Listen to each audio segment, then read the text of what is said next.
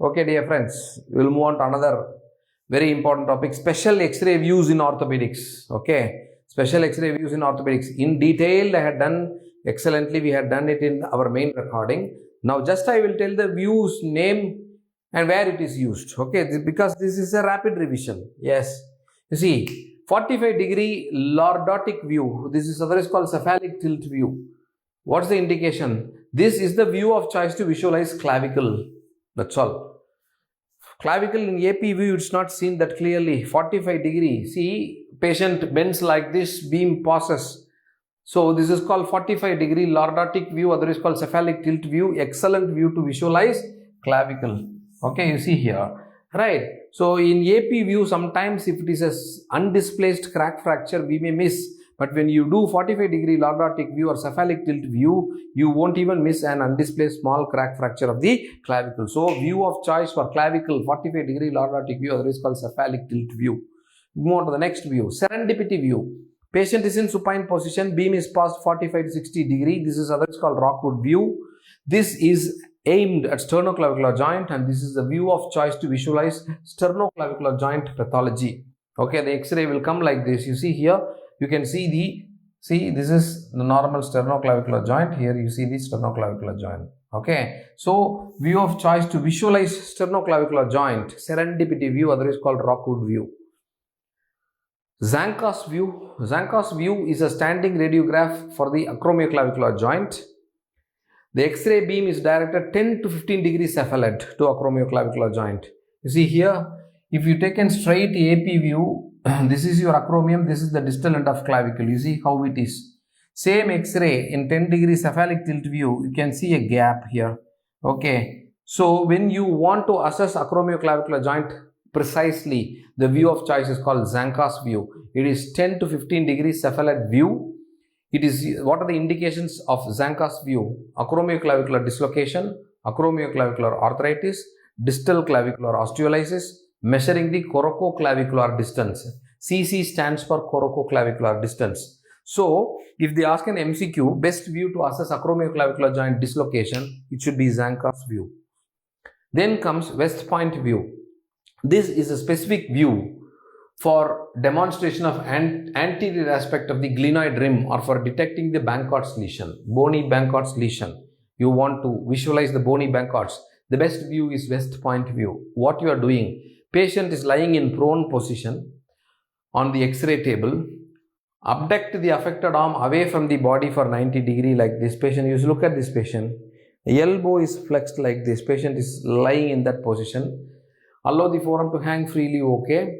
Right? Place the cassette against superior surface of the affected shoulder and beam is passed. Beam is passed. That's called West Point view. When you take an X-ray, you see this is the femoral head. This is the femoral head. What you are seeing is this is the glenoid. This is the glenoid. I will erase. You just see femoral head glenoid. So when you want to assess any just an avulsion fracture of the glenoid, which is called a Bankhart's lesion, you see here this X-ray, a small problem in the anterior aspect of the glenoid. Okay. So we all know Bankhart's lesion. We had already discussed in shoulder dislocation. Bankhart's lesion is anteroinferior. Bankhart's anteroinferior. Okay. So the best view to assess a Bankhart's lesion, or you want to see the anteroinferior aspect of the glenoid, West Point view is the view of choice. Axial view. This is an appropriate projection to assess suspected shoulder dislocation. This is nothing special. Proximal humerus pathology and glenohumeral articular surface. Okay. Then comes Whelpway view. This is very important, repeatedly asked question. Whelpway view, beam directed from superior to inferior through the shoulder with patient's arm in a sling. Patient in an arm sling like this.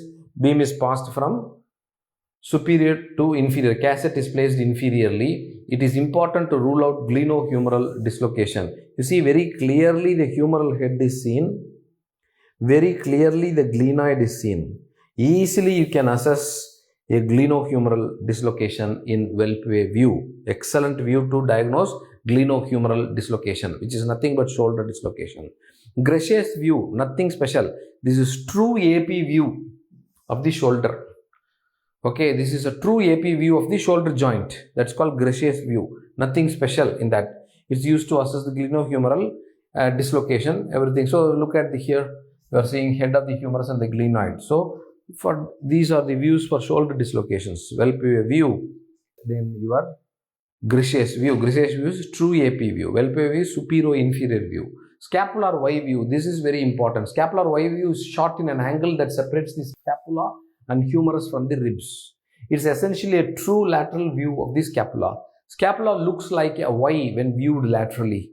Laterally, the body of the scapula, your acromion and coracoid process converge at the glenoid. You see here, this is a diagrammatic representation. You see a real X-ray. Is this not looking like a Y? This is looking like a Y. You see here. So this is your acromion. This is your coracoid process. This is body of the scapula. All converges at the glenoid. All converges at the glenoid. So your acromion, your coracoid, your body of the scapula converges at the glenoid and looks like Y. So this is called scapular Y view. Very good view to assess any problem or any fractures of the scapula. Yes. Stryker's notch view. The Stryker's notch view is a specialized projection of the shoulder aimed at assessing the posterior humerus. It is particularly useful in demonstrating Hill-Sachs lesion and posterior glenohumeral dislocation, which is posterior. Patient is in supine position. The arms are extended like this. Beam passes from above to superior to inferior. You can see this is the glenoid cavity. This is the head of the humerus. Everything is inverted like that. So it's Hill-Sachs lesion. You all know it is posterolateral lesion of head of humerus. I want to see the posterolateral aspect of head of the humerus. What is the best view I can do? It's called Stryker's notch view. It's called Stryker's notch view. Then comes Coyle's view. Coyle's view is a beautiful view to assess the pathology of elbow joint. So far what we have seen is a shoulder clavicle. Now it's elbow. This is otherwise called the trauma oblique view of the elbow. Okay, in Coyle's method, sitting axial lateral projection, see the patient is sitting like this on a table and the X-ray beam 45 degrees is passed. Coyle's view is performed for what? Suspected radial head fracture. Okay, elbow dislocation. Visualize capitulum and distal humerus. You see in this Coyle's view, what this part is head of the radial head. Okay, this is your distal humerus. This is your olecranon. Okay, so this portion is called capitulum. So easily you can visualize radial head, your capitulum, your olecranon fossa and elbow joint. Okay, so this is a very good view overall to assess fractures of elbow joint. Coyle's view, otherwise this is called trauma oblique view of elbow. Scaphoid view, very often asked question. Patient's hand is kept on a table and the hand is deviated in an ulnar fashion. When you deviate your hand ulnarly, what will happen? It frees scaphoid from bony superimposition. So this, when you do like this, I can easily see the whole scaphoid like this. There is no superimposition of other corporal bones on this. Is a scaphoid. This is your distal radius. This is your scaphoid. This is your lunate. Okay, so you can't miss any problem in the scaphoid. Usually when fracture happens, it happens in the waist of the scaphoid. Okay, so this is an excellent view to diagnose scaphoid fracture. Scaphoid view, otherwise called oblique view of the wrist. This view is performed with wrist in ulnar deviation to free the scaphoid from bony superimpositions. Carpal tunnel view. This is a new point to us. So far, to my knowledge, they had not asked me any of our Indian entrants. This may be a new question to us. It is used to image the axial view of the carpal canal with particular attention to the hook of the hamate, pisiform bone and trapezium. Hand is maximally dorsiflexed. Using the opposite hand or using a tape or a strap. When you like this, cassette is kept here, beam is passed. Okay, so when beam is passed, you will get a view like this. This is called carpal tunnel view. This is called carpal tunnel view. Okay, yes. Clenched fist view. When you clench the fist, bilaterally you should always take so that you can compare. Clenched fist view is used to assess. Okay, it is used to assess widening, suspected widening of the scapulolunate interval. Okay, you see here, this is your scaphoid. This is your scaphoid. This is distal radius. This is your scaphoid. This bone is your lunate. I will erase, you just see. Scaphoid will show you on end-on view, it will show you a ring-like structure, and that's called signet ring sign, which is normal in scaphoid. When you assess, the distance between lunate and scaphoid is widened here, okay, is widened here. So when you are suspecting scaphololunate dissociation or widening of the distance between scaphoid and lunate, the view of choice is clenched fist view. Always you take it with normal hand, take it bilaterally in one film, one cassette like this. Okay, you are able to see scaphoid here, see the lunate, this is the distance. Scaphoid here, lunate here, this is the distance. This is a normal X-ray. So the distance is well maintained. Okay, when you take here, see the distance. Lot of gap is there, no? So this is scapholunate dislocation or scapholunate dissociation. So the view of choice, this again a very new question so far unasked in any of our Indian entrance, clenched fist view. Yes. Then comes Brewerton's view. The Brewerton's view, metacarpophalangeal joint flux to 65 degree, and this is very helpful. Like this, you should take the picture, and it's very helpful to assess collateral ligament avulsion fractures. Okay, the X-ray will come like this. Whenever there's any collateral ligament avulsions, no fractures in this area, you can diagnose easily. This again Brewerton, they had not asked. Roberts view. Roberts view is an excellent view to diagnose Bennett fracture. Bennett fracture, oblique fracture base of the first metacarpal, that's called Bennett fracture, Rolando fracture. All these fractures, best view is Roberts view. So far unasked in any of our Indian entrants. Always we will take in our practice AP oblique of the hand.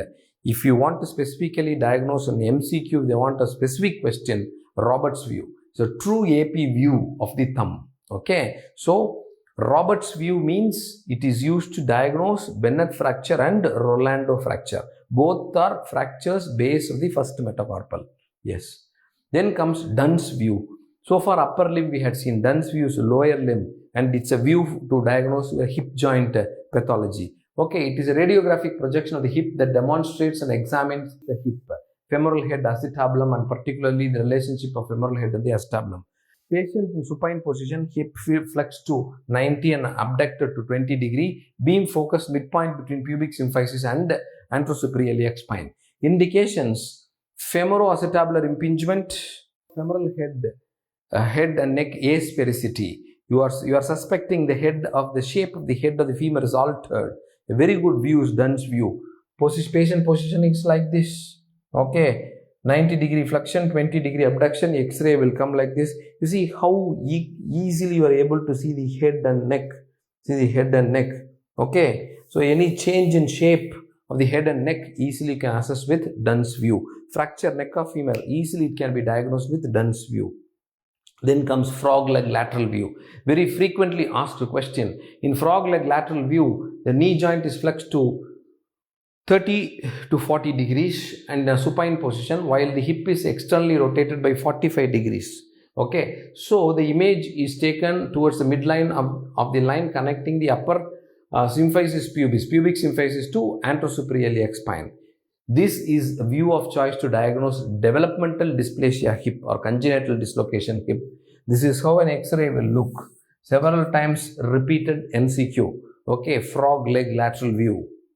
Then comes Danlius-Miller view. It's an axial projection of the acetabulum and the proximal femur, including head and neck of the trochanter.